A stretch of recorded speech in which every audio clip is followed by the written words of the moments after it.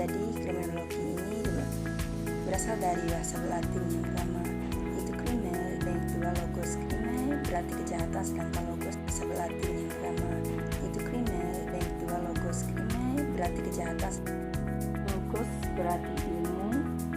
Secara harfiah kriminologi adalah ilmu pengetahuan tentang kejahatan, atau lebih tepatnya kriminologi mempelajari segala aspek tentang kejahatan. Yang selanjutnya perspektif kriminologi. Yang pertama legalistik, yang kedua politik, yang ketiga sosiologis, yang ketiga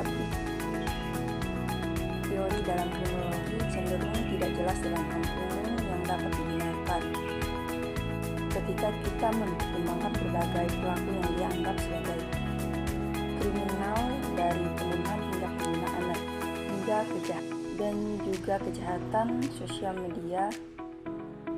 Itu seperti sulit membayangkan satu teori yang bisa menjelaskan semuanya, atau bahkan mungkin menjelaskan jenis perilaku yang bervariasi.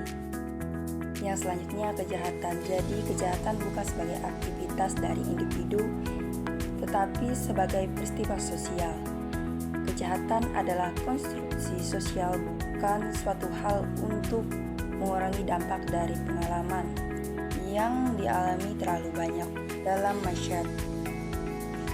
Penyebab kejahatan dari aspek sosiologi tersebut dikelompokkan menjadi 3 kategori umum. Yang pertama anome, ketidak normal atau syariah keterangan. Yang kedua penyimpangan budaya. Yang ketiga sosial.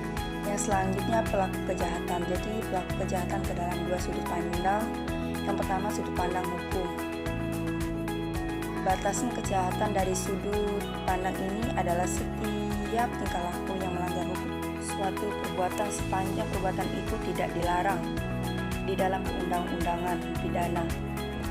Perbuatan itu tetap sebagai perbuatan yang bukan kejahatan. Yang kedua dari sudut pandangan. Batasan kejahatan dari sudut pandang ini adalah setiap perbuatan yang melanggar norma-norma yang masih hidup di dalam. Yang selanjutnya cabang-cabang kriminologi. Kriminologi dibagi menjadi 3 cabang ilmu, yaitu yang pertama sosiologi hukum, mempelajari kejahatan sebagai tindakan yang diancam dengan sanksi. Jadi menentukan bahwa suatu tindakan itu kejahatan adalah antara.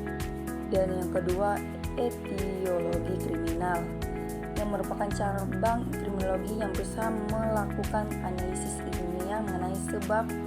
Kriminologi bertujuan menyabarkan identitas kriminalitas dan kausa kriminologis untuk dimanfaatkan bagi perencanaan pembangunan sosial pada era pembangunan dewasa ini dan di masa yang akan mendatang. Menurut Surjono Suekarto, tujuan kriminologi adalah untuk mengembangkan kesatuan dasar-dasar umum dan perinci, serta jenis-jenis pengetahuan lain tentang hukum kejahatan dan reaksi.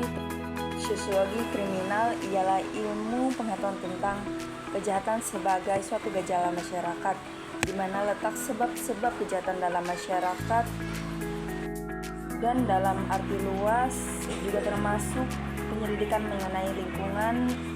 Sekian yang dapat saya sampaikan. Mohon maaf jika ada salah kata, saya ucapkan terima kasih.